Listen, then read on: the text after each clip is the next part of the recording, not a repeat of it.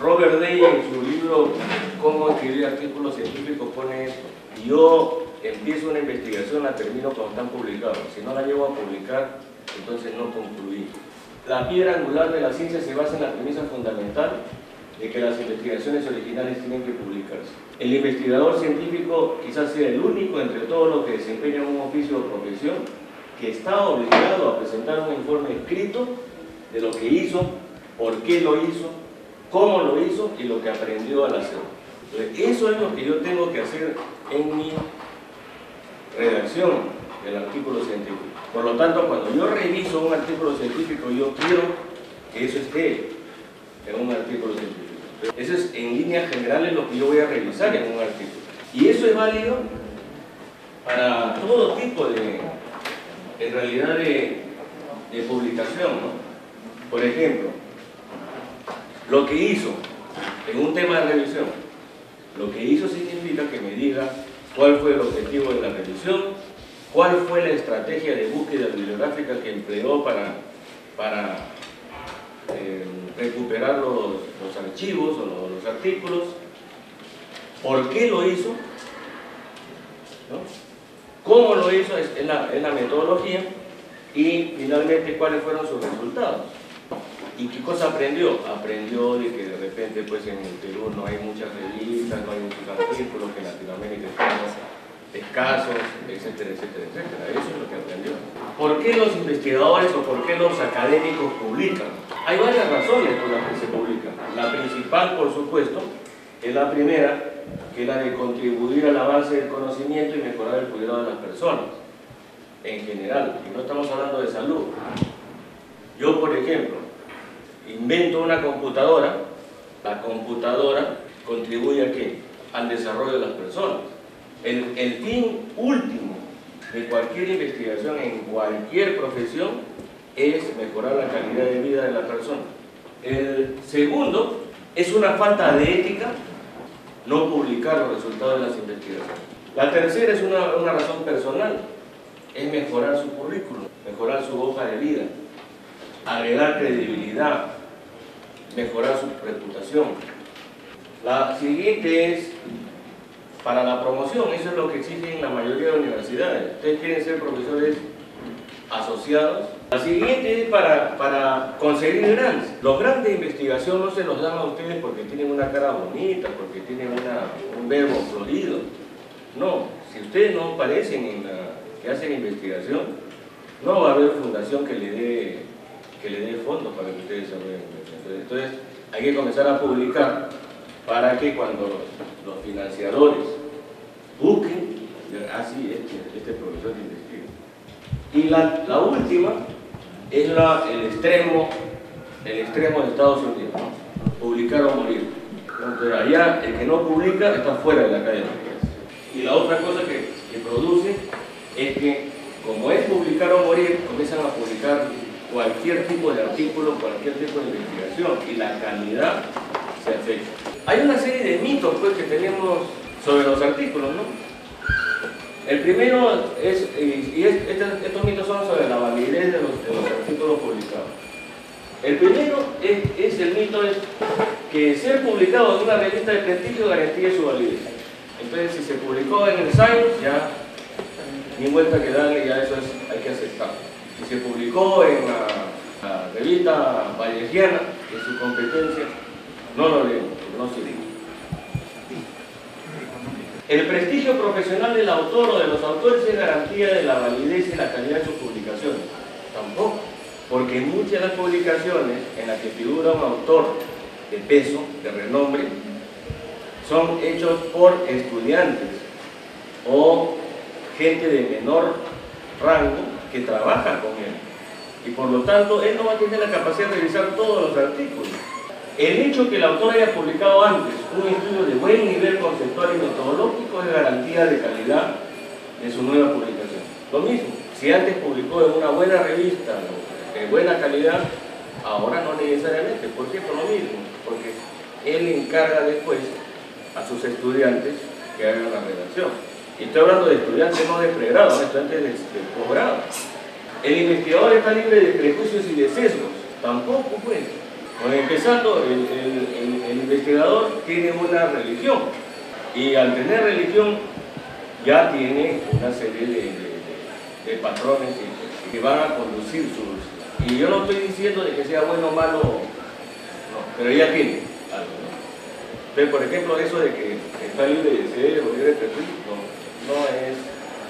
no es correcto. Entonces, para que vean ustedes que hay muchas razones para hacer lectura crítica, y la primera de todas es lo que les mostré ayer, un artículo publicado en el Science, que uno diría, pues, ahí no hay ni vuelta que dar, es un artículo que todo el mundo lo debe leer. Bueno, publicó entre los años 2004 y 2006 5 artículos fraudulentos y se les pasó. ¿Ven?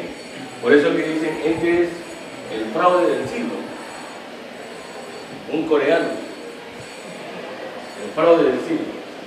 Y eso es más grave todavía, porque los artículos fraudulentos, hasta ustedes que hacen lectura crítica se les puede pasar. ¿Por qué comienza a estimularse este tema de la lectura crítica? La lectura crítica o el análisis crítico de las publicaciones nace a raíz de la moda de la práctica basada en la evidencia.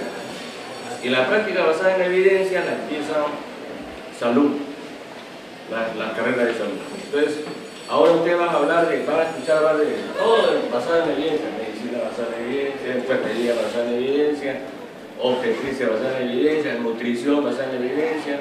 Ya yo he comenzado a escuchar administración basada en evidencia, lo cual me parece muy bien, ¿no? Gestión basada en evidencia.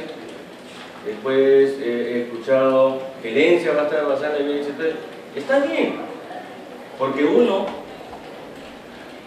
se tiene que guiar de indicadores, de algo que le diga cómo es que están funcionando las cosas, ¿no? Entonces, por eso es que nace la lectura crítica. ¿Cuáles son las etapas de la práctica basada en la evidencia? Primero, que la práctica basada en la evidencia requiere tener conocimiento sobre metodología de investigación, requiere tener conocimiento sobre estadística y sobre la patología o problema que se quiere realizar. Por ejemplo, que van a analizar una empresa, usted dice, ¿cuál es el problema? El problema es que está a punto de quebrar. Y es un proceso que consta de distintas fases, ¿no? Primero, identificar el problema y elaborar preguntas susceptibles de respuesta mediante la investigación científica. Entonces yo agarro y digo, esta causa tendrá como consecuencias esto de aquí. A ver, vamos a revisar en la literatura a ver qué nos dice, ¿no? Ese es un problema, ¿no? Y es susceptible de corregir. Localizar la mejor evidencia en la literatura científica, eso implica una búsqueda bibliográfica adecuada. Lectura crítica del artículo, hay que evaluar la validez de un trabajo científico, interpretar sus resultados y determinar la aplicabilidad en el paciente o en la empresa, ¿no? La aplicación en la práctica diaria mediante protocolos, guías, ¿no? Lo que pasa es que nosotros no estamos acostumbrados a eso. Usted vaya a un hospital, por ejemplo, vaya a un hospital y le dicen, ¿ustedes tienen protocolos o guías de manejo de la apendicitis aguda? Y le dicen, no. ¿Y por qué no tienen? No, pues porque la cirugía, la técnica es la aceptada. Está bien, pues. Pero, ¿y cuál es la del hospital? ¿Ustedes qué técnica aceptan? Porque hay varias técnicas para hacerlo. Aceptadas. ¿Cuál es la que ustedes se encuentran? ¿Todos sus médicos nacen igualitos?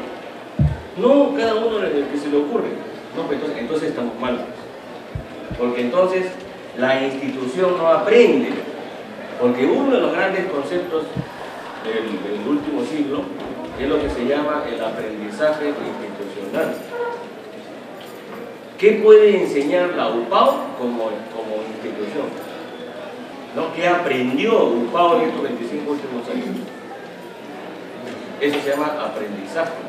Evaluar los resultados obtenidos en la propia práctica y contrastarlos con la de la referencia. Para eso sirve, ¿se da cuenta? Muy bien. ¿Qué es lectura crítica entonces? Lectura crítica es una evaluación objetiva y crítica de las fortalezas y debilidades de una investigación que ha sido publicada. Se valoran los aspectos negativos y los positivos del informe. Dado que todos los estudios de investigación presentan debilidades y limitaciones, la clave de una evaluación crítica no es solamente citar aquellas debilidades específicas, sino también evaluar su impacto en la totalidad del estudio. Estas debilidades, y yo lo veo metodológicas, van a influir sobre los resultados del estudio, porque de repente los resultados pueden haber sido muy buenos, espectaculares, pero no son aplicables porque la metodología del estudio no fue la adecuada. La lectura crítica de un informe de investigación incluye evaluar aspectos del estudio, los aspectos del estudio para juzgar su mérito, su significado, su alcance y sus limitaciones. Pero ojo, en la práctica basada en evidencia, interesa también la opinión del que está evaluando. Para hacer lectura crítica, ¿qué se requiere? Se requiere conocer las etapas del proceso de investigación, la parte conceptual, planificación, ejecución, interpretación, etc., ¿no?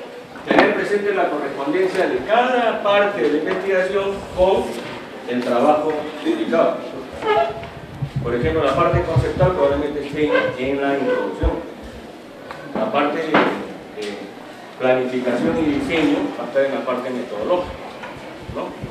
Los resultados va a estar en la parte de resultados y la parte de interpretación y conclusiones estará en la parte de descripción. Se requiere conocer la terminología de uso frecuente en investigación y en publicación y disponer de pautas de lectura crítica, porque tampoco no existe una única forma de hacer lectura crítica, porque como vamos a ver, hay algunas cosas que son generales, genéricas, pero hay otras que son específicas, y son específicas para cada tipo de diseño metodológico. Esto es representado en la fase, por ejemplo, conceptual, que va hasta la hipótesis, después viene la fase de planificación, que es la parte metodológica, la fase empírica de resultados, y después viene la fase interpretativa o analítica. Miren dónde está la etapa conceptual, entra en la introducción, la de planificación material y método, la empírica o resultados, en los resultados, interpretación en discusión y conclusión. Pero la revista tiene otras partes, tiene por ejemplo el título, tiene el autor, tiene el resumen, ¿no? Tiene las referencias bibliográficas, los agradecimientos, tiene varias cosas más, que eso ya son accesorios a la parte central de todo, ¿no? Evaluación crítica, esta es otra definición, se define como la capacidad de verificar la validez y la utilidad. Entonces yo voy a ver cuán válido es metodológicamente el estudio y cuál va a ser la utilidad de los resultados que se hayan obtenido. En general, lo que vamos a hacer ahora como ejercicio es esto, ¿no? Me interesa el título porque la mayoría de veces cuando uno hace la búsqueda bibliográfica, lo primero que lee es el título. ¿Cuántos títulos ustedes van a leer para que? Entonces, ¿el título me interesa? Sí. Entonces paso, a ver, vamos a ver cómo son los autores. Los autores son confiables, son independientes, a veces nosotros bromeamos, ¿no? ¿De dónde son los autores? Ah, son italianos, no, entonces ya no. Date la vuelta, porque estos son medio mentirosos. Después, a ver, argentinos también, ¿no? Y así y después vamos a ver si el resumen. Y el resumen sí es importante leerlo. ¿Por qué? Porque la mayoría de los resúmenes actualmente se están poniendo objetivo, material y método, resultados y conclusiones. Eso es lo que le piden la mayoría de revistas ahora. Entonces, ahí tengo que poner claramente cuál fue el objetivo del estudio. Una vez que ya yo revisé el resumen y me pareció adecuado, entonces hago la revisión de todo el artículo.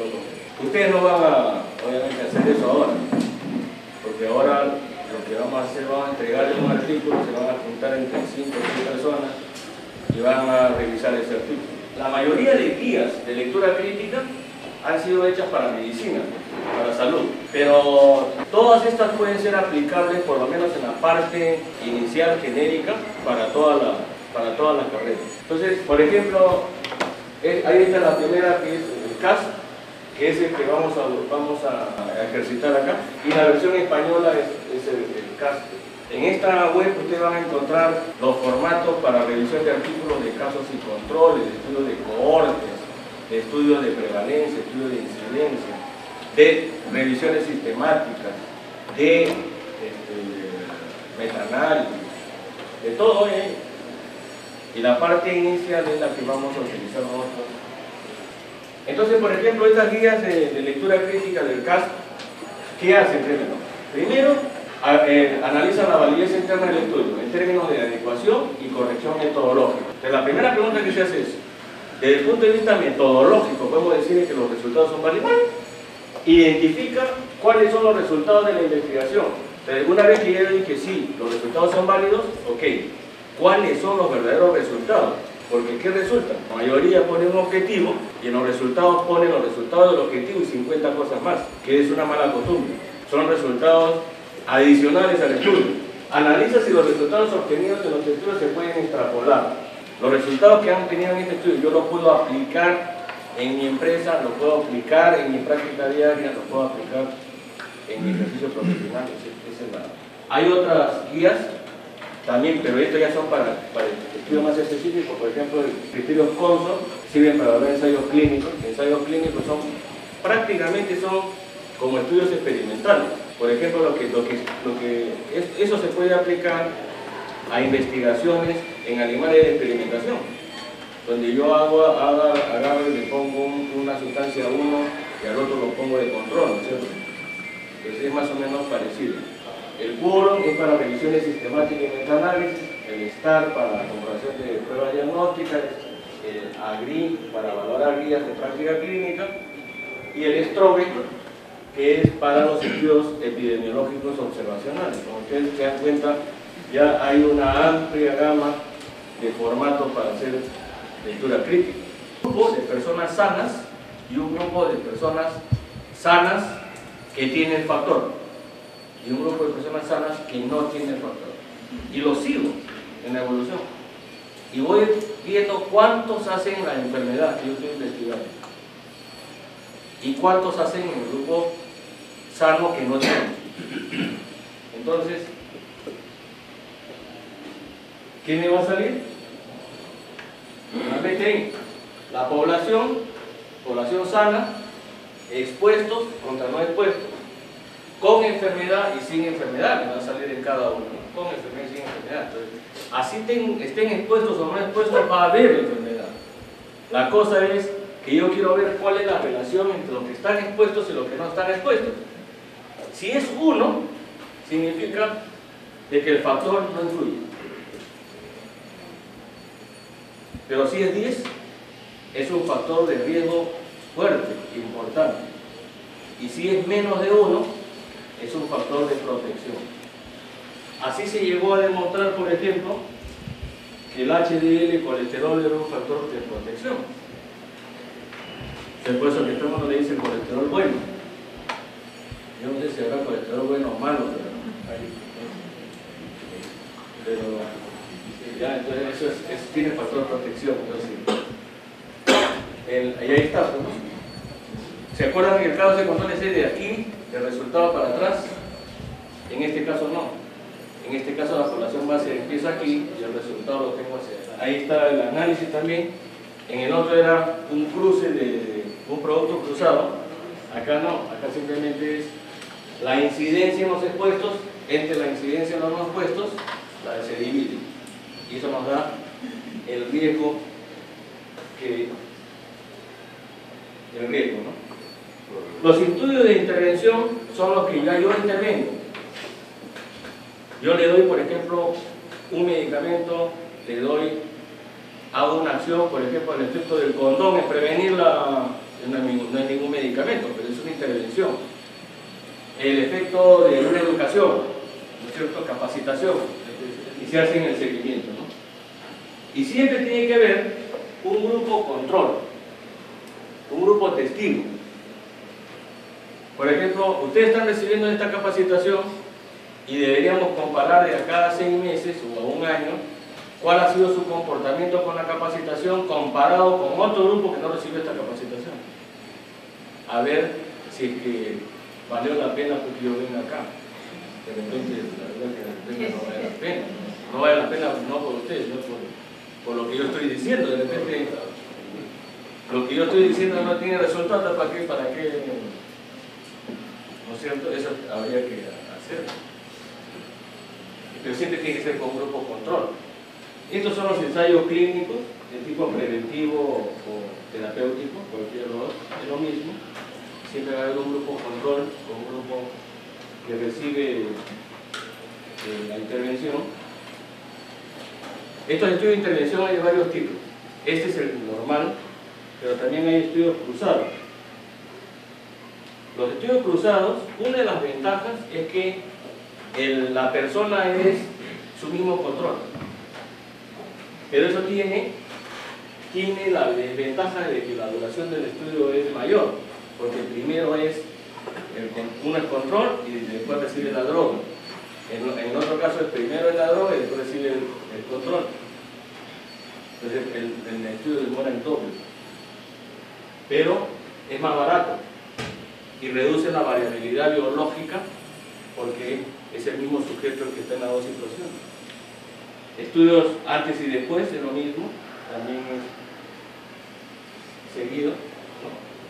Pero en estos estudios de intervención es importante el enmascaramiento, o lo que se llama el cegamiento, porque con eso se disminuyen los sesgos de información, los sesgos del investigador, porque aunque ustedes no lo crean, hay sesgos del entrevistador, ¿no? Hay sesgos del examinador.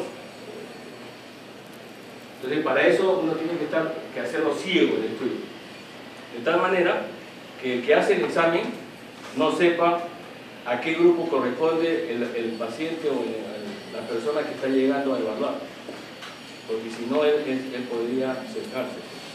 Eso es lo que se llama cegamiento. Y el tipo de diseño, por ejemplo, cuando es abierto no hay cegamiento, pero puede haber simple ciego. Simple ciego significa que el paciente no sabe qué recibe, pero doble ciego, que es el mejor, ni el paciente ni el que administra la intervención sabe qué es lo que está entregando.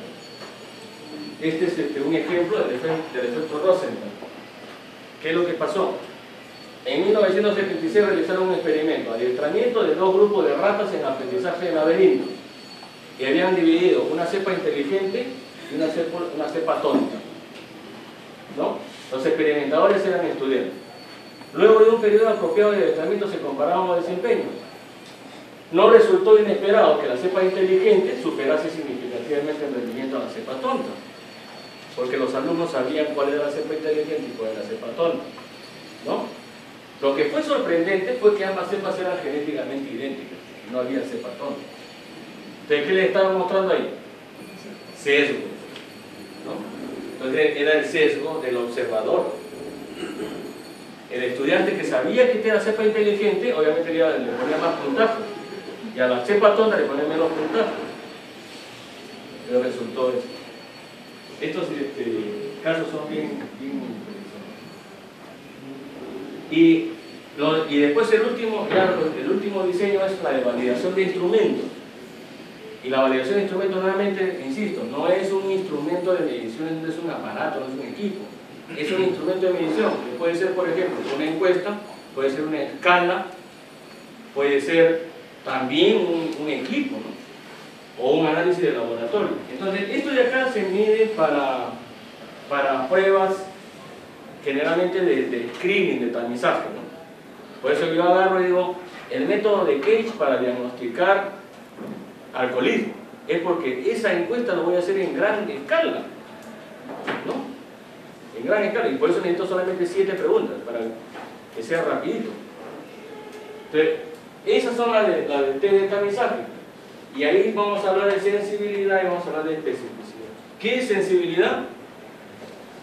Sensibilidad es el número de personas realmente enfermos que dan la prueba positiva. Y la especificidad es la tasa de personas que no tienen la enfermedad y que el resultado sale negativo.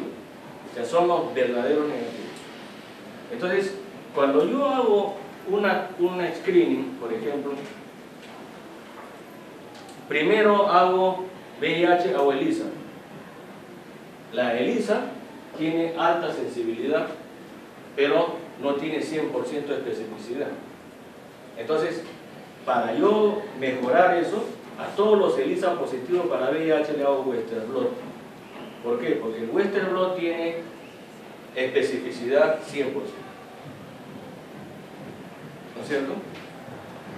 Eso significa que ELISA, si el Western blot le sale negativo, es negativo, sí o sí. Entonces yo mando un ELISA positivo porque estoy sospechando de que podría ser un falso positivo. Western blot sale negativo, no tienes VIH, indiscutible. Entonces, esa es la forma como uno hace la prueba de estabilización, ¿no?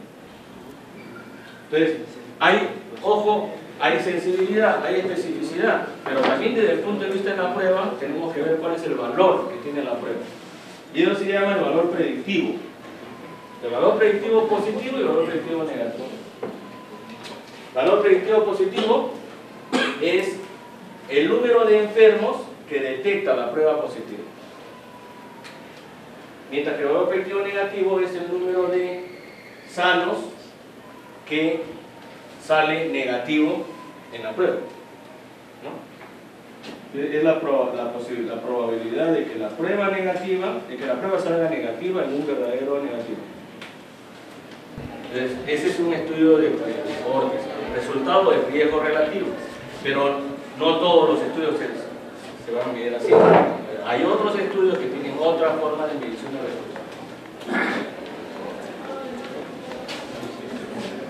Y ahora se dice, ¿son aplicables?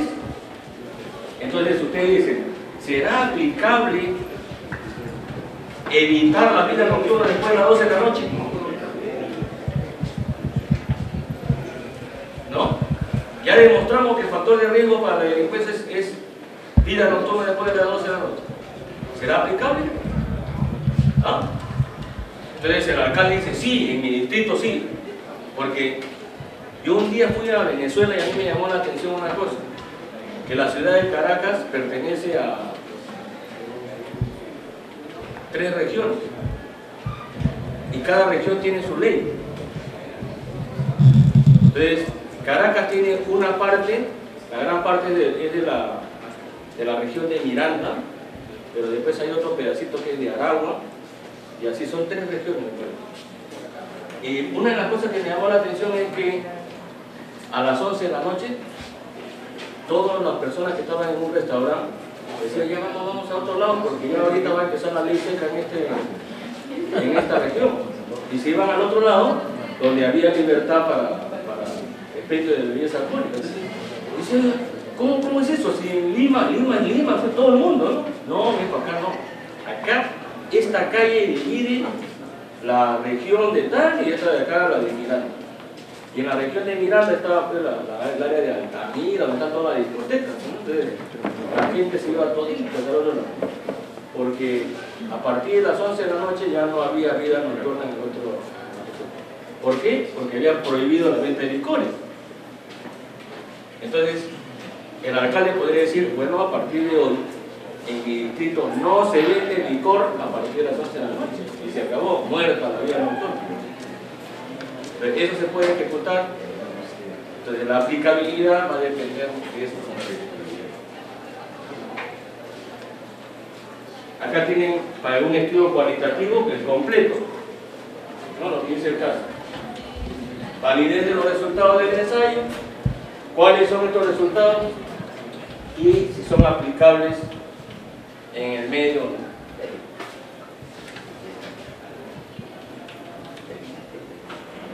Acá tienen estudios secundarios, lo que son metaanálisis, sistemáticas, revisiones de tema, también, ¿no?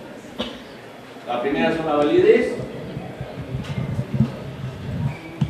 después vienen cuáles son los resultados, la precisión y si son aplicables. Ustedes se dan cuenta, las 3 preguntas clave que vamos a trabajar son validez, el resultado y la aplicabilidad. Entonces ahora vamos a trabajar, vamos a ver qué problemas tienen cuando trabajen con los artículos. A ver, vamos a... ¿Quiénes son de ciencia de la salud? Ciencia de la que estamos hablando, medicina, enfermería y obstetricia, ¿no? Psicología, a ver, psicología, ¿quiénes son psicología? No hay psicología. Estomatología, ya. Medicina, 2, 3, 4. Y enfermería, 2, 4.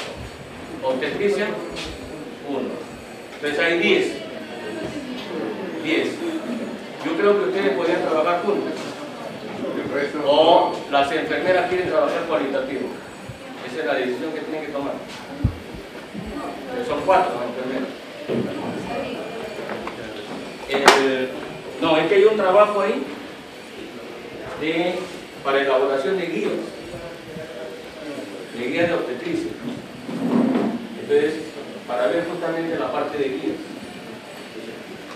¿no? de revisión sistemática. Es un estudio simplemente exploratorio. Se plantean cuando no existe un cuerpo teórico que ilumine el fenómeno observado, ¿no? Por ejemplo, yo voy a hacer un estudio en algo y resulta de que no encuentro referencias de estudios parecidos. Entonces mejor hago un estudio exploratorio.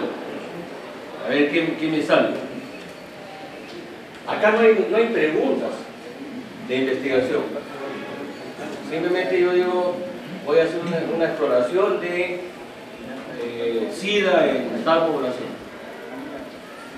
Se trata de una investigación cualitativa, por lo que no se requiere manejo estadístico. Entonces, ese es un nivel exploratorio. Después viene el nivel descriptivo, y aquí se describen fenómenos sociales o clínicos o de alguna otra índole, ¿no? En una circunstancia temporal y geográfica. Aquí la finalidad es describir y estimar algunos parámetros.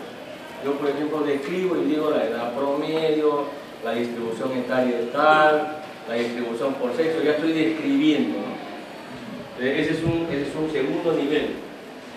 Entonces acá, como le digo, ya son frecuencias promedio.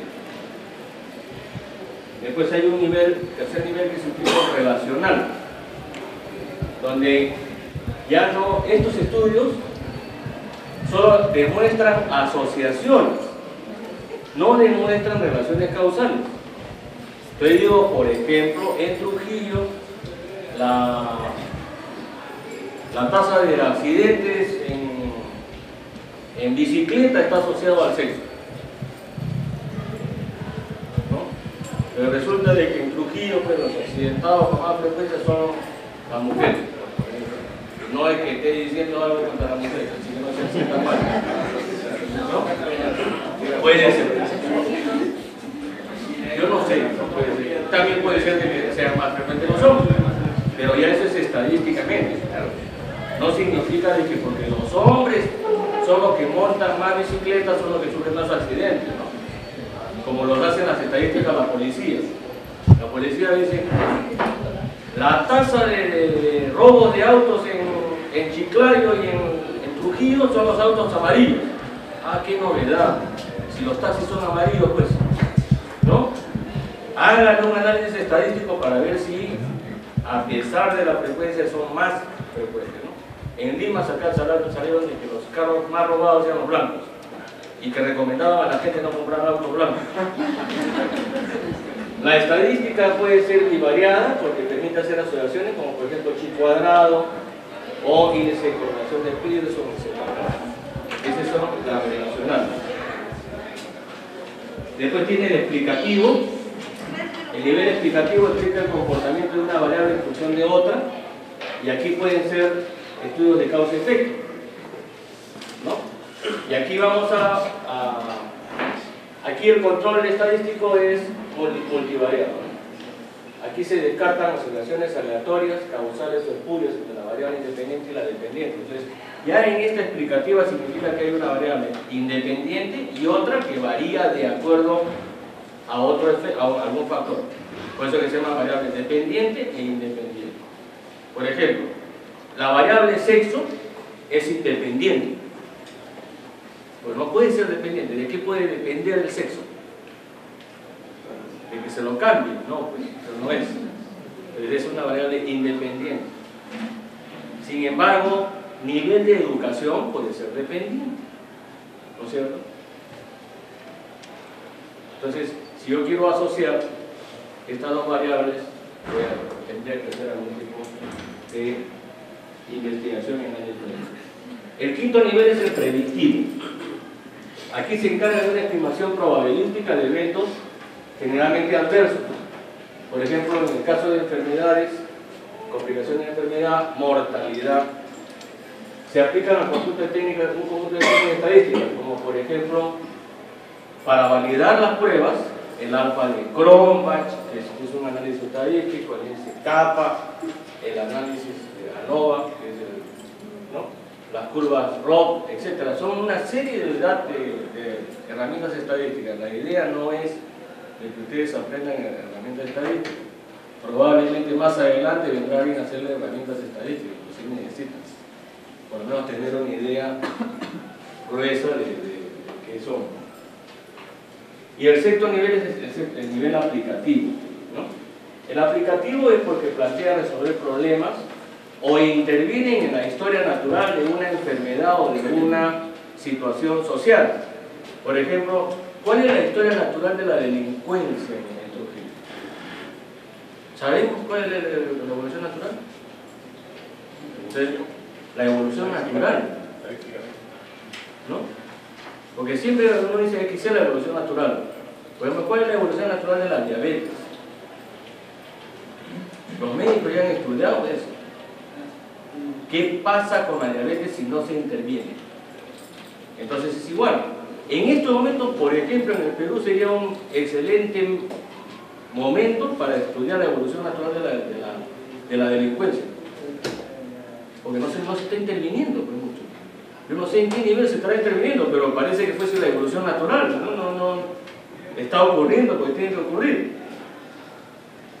Entonces, ese es por ejemplo, y aquí las técnicas estadísticas evalúan el éxito de las intervenciones.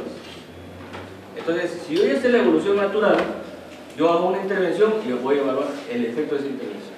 Entonces, un diseño de investigación cualquiera va a tener al sujeto de estudio o a los sujetos de estudio, la exposición al factor y voy a tener un efecto. Eso es, en general, en todo nivel, no es necesariamente, claro, es principalmente en la ciencia biológica, ¿no? Pero también en comportamiento social también se puede aplicar esa misma idea, ¿no? El diseño de investigación es el instrumento que se usa para dar respuesta a la pregunta de investigación. Entonces yo, por ejemplo, me pregunto, ¿cuál será el efecto de exponer a las personas ante tal cosa? Esa es mi pregunta. Entonces yo tendré que hacer un diseño de investigación para dar respuesta a esa pregunta. ¿Bien? La mayoría de veces los objetivos del estudio se pueden alcanzar mediante varios diseños. Ojo, no necesariamente es uno solo. Los investigadores deben seleccionar el más apropiado, pero también el más factible. Porque ustedes pueden seleccionar el más adecuado, pero el más caro. Y si es el más caro, no es factible. Diseño de investigación, les he puesto esto para que tengan una idea global, ¿no? Epidemiológicos pueden ser descriptivos, pueden ser analíticos o pueden ser de intervención. Los descriptivos son la mayoría. Y estos pueden ser transversales es ahorita un solo corte, o longitudinales cuando yo mido 2 veces. ¿No? Pueden ser analíticos. Aquí, por ejemplo, son los estudios de factores de riesgo. Y ahí tenemos estudios de cortes, estudios de casos y control. No hay otro más analítico. Y después los de intervención son los ensayos clínicos o el modelo experimental, ¿no? Por ejemplo, ¿qué pasa si ustedes le dan talio a las ratas? Ustedes han visto que cuando los humanos comienzan a consumir talio, se comienzan a envenenar, comienzan a perder el pelo, ¿no? Acá hay muchos que no es porque tengan que hayan tomado talio, sino por razones estrictamente genéticas, ¿no? y causa natural. Pero el talio, por ejemplo, produce eso, pero hay otras cosas, ¿no? Y por eso que les dan a los ratones para envenenarlos. Pero por ejemplo, también hay otro método. Dicen, ¿por qué a las ratas le dan warfarina? Porque el racumín es warfarina, no es talio. Entonces, pero el efecto es el mismo, los mata.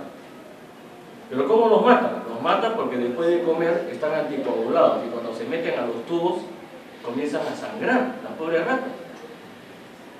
Entonces se mueren desangradas, no por envenenamiento por la warfarina. Parece inhumano eso, ¿no? No debería ser así. No, ese es un maltrato a un animal. A un animal no hay que hacerlo sufrir, creo.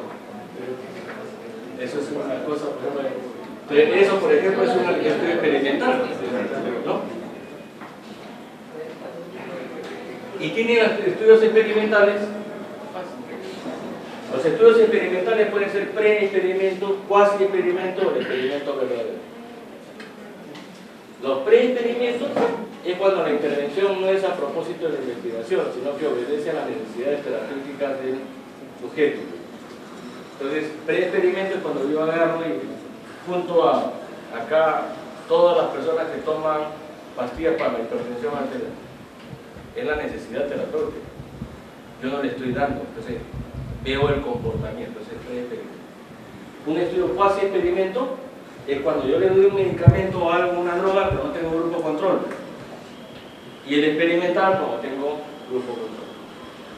Entonces, vean en sus estudios a ver a cuál corresponde. Es un estudio epidemiológico, un estudio experimental. Los comunitarios son de tipo exploratorio, comparativos o serios, ¿no? Exploratorio ya saben que es un estudio para ver qué es lo que encontramos. Comparaciones, verificamos hipótesis sobre diferencia de algunos parámetros en algunas situaciones en la población. Y las series analizan variaciones temporales en los niveles de exposición a través del tiempo. Por ejemplo, ustedes ahí a nivel comunitario pueden analizar y evaluar cuál es el resultado de exponer a la gente a capacitaciones, por ejemplo. Esa es una manera de intervenir, ¿no? Y eso ahora está de moda, porque dice, ¿cuál es el resultado de intervenir con capacitaciones de la ingesta de sal? ¿No? Bajan la ingesta de sal, pero es que yo no tengo que medir eso. Cuando yo mira la ingesta de sal, probablemente tengo que tener un indicador de impacto más a largo plazo, como es, por ejemplo, la tasa de hipertensión arterial, ¿no? Fíjense que, pero tengo que tener uno a corto plazo, y a corto plazo me interesa saber cuántos están aplicando el concepto, no a que me digan, yo sí aprendí, yo no, cuántos lo están haciendo, y hay que ir in situ, a ver, ¿no? Constatar. Entonces, esos son los tipos de estudios de tipo series. Después hay validación de instrumentos. Los instrumentos, por si acaso, no son instrumentos de estos aparatos, ¿no? Son instrumentos de medición. Por ejemplo, a ustedes les gusta mucho hacer encuestas, ¿no? Les encanta hacer encuestas, pero es complicadísimo hacer encuestas. No saben lo complicado que es hacer una encuesta.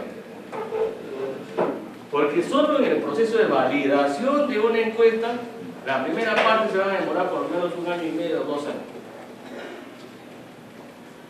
Y después tienen que hacer el estudio piloto, ¿no? Y después tienen que ya optimizar. Entonces miren ustedes, la validación es claro. Primero se crea. Vamos a hacer una encuesta para detectar alcoholismo.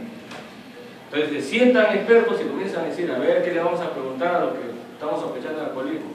Se salen como 50, 100 preguntas. De ahí que comenzar a discriminar, ¿no? Después viene la validación. La validación es validación por expertos primero, se le manda eso a expertos. A ver, ¿ustedes creen que de esta pregunta le estamos preguntando lo que queremos preguntar? Esa es ¿no? ¿Ven? Eso demora, validación de expertos. Después viene, y si van a utilizar un idioma, hasta validación de idioma, ¿no? Aquí es, si es que se evalúa bien, si se está evaluando el concepto que queremos evaluar. Y optimización es la finalidad de usar un instrumento que sea una herramienta para medir en todos los lugares. Porque si yo agarro y hago una encuesta para medirlo solamente en los pagos, no sirve. Porque cuando yo quiera comparar con la César Vallejo, no puedo comparar. Y si quiero comparar con la Nacional de Trujillo, tampoco. Yo necesito hacer una encuesta que sea válida para la UPAO, para la César Vallejo y para la UNT. ¿Para qué? Para poder comparar. Entonces, este es un proceso difícil, pero les encanta a los alumnos. No, vamos a hacer una encuesta. No saben que, claro, a veces uno dice, ya pasa, nomás pues porque total hicieron el ejercicio. La idea de la tesis a veces es que por lo menos estén expuestos a una investigación, pero tampoco es así, ha perdido tiempo. Por ejemplo, hay una encuesta que se llama Cage, que es para diagnosticar alcoholismo crónico. ¿Cuántas preguntas cree que tiene esa encuesta? A ver, número por acá. 5. ¿Por acá? 15. ¿Por allá? 10. ¿Por allá? 100. ¿Por allá? ¿Quién da más? ¿Quién da menos? No parece abogado, ¿no? De verdad que no parece abogado. Porque yo pensaba en los abogados, me iban a decir 50, 100, ¿no? La encuesta Cage tiene 7 preguntas. Y con las 7 preguntas tiene una sensibilidad de 97% de detectar los alcohólicos crónicos. Y tiene una especificidad de 100%. De que sale positivo es alcohólico crónico que lo niegue. Porque ese es un problema que tiene pues sesgo. Yo voy a preguntarle, ¿usted es alcohólico crónico? No, ¿cómo va a ser alcohólico crónico? No, ni hablar. Pero la Organización Mundial de la Salud ha definido alcoholismo crónico aquel que se emborracha 4 veces al año. A ver, vamos a ver. Levante la mano. ¿Ah? ¿Quién no se ha emborrachado 4 veces al año? ¿Ah? 1, 2, ¿no? 3. Sí hay. Sí hay. Dice, hasta 4 veces te puedes emborrachar según la OMS. Sí. Si te pasas a 5ª vez, ya estás en riesgo. No, yo no sé, te digo, esa es la definición. Pero si yo le pregunto, ¿usted es alcohólico crónico? ¿Cómo se le ocurre? Está faltando el respeto, ¿qué es esto? Entonces aquí tienen ustedes un cuadrito, los estudios observacionales y de intervención, los sinónimos, ¿no? Y a quiénes se aplican, ¿no? Por ejemplo, los transversales generalmente son de prevalencia y los longitudinales generalmente son de incidencia. Esos son estudios epidemiológicos. Entonces, los abogados, por ejemplo, cuando vayan a hacerle juicio a un científico, van a tener que saber todos estos términos para poderlo defender. Si no saben, ya perdieron el juicio. Dice, cuando el abogado no sabe los términos, ya 50% del juicio está perdido. ¿Ah? Entonces, los estudios observacionales, rápidamente nomás, pueden ser descriptivos o pueden ser analíticos. Aquí el investigador mide, no interviene. Por eso que se llama observacional. Mide, no interviene. Puede ser transversal o puede ser longitudinal, y longitudinal puede ser retrospectivo o prospectivo. Los descriptivos realizan una descripción de un estado de salud o de un estado de alguna población, utilizando ya los datos que existen. Por ejemplo, por eso es, cuando ustedes hagan un reporte de un caso de derecho, ya ese es un dato que existe. Simplemente lo tienen que depurar, limpiar y poner los datos más relevantes. Eso es lo que se llama el reporte de casos, ¿no? Pero también ustedes como abogados pueden hacer serie de casos, ¿no? Por ejemplo, los casos de similares características los agrupan y hacen un análisis. Y pueden ser estudios de prevalencia o de incidencia, ¿no? Aquí no hay intento de análisis, simplemente es describir. Esto es lo que hemos encontrado, nada más. En cambio, los analíticos sí analizan las relaciones entre el estado o el resultado y las variables a las que han sido expuestos. Por ejemplo, mediante estos estudios es que se encontró la asociación de, por ejemplo, tabaco y cáncer de pulmón, porque con un estudio de cohorte no se podía hacer. Entonces, un estudio de causas y controles sí demostró que había riesgo, un riesgo altísimo. Entonces, esos son estudios de tipo analítico. Y no es que solamente se pueda utilizar en epidemiología clínica, ¿no? En epidemiología de campo también se puede usar. Y también se puede utilizar el modelo de investigación en otras observaciones, ¿no?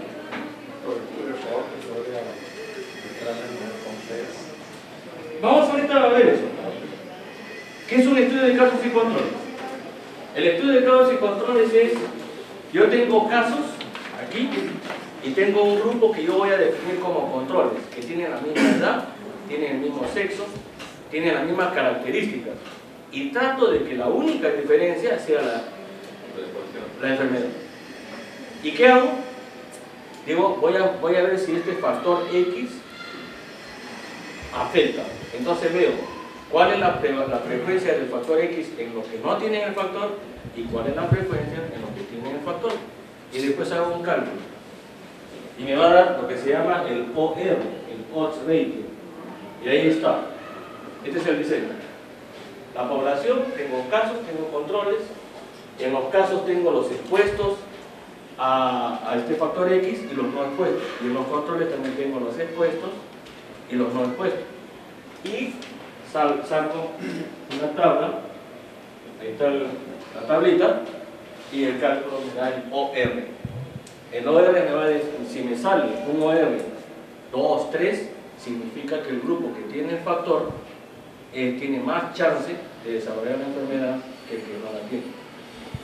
Si es que me sale un OR menor de 1, significa que es un factor protector. Fíjense cómo cambia la interpretación. Si es mayor de 1, es un factor de riesgo. Si es menor de 1, es un factor protector.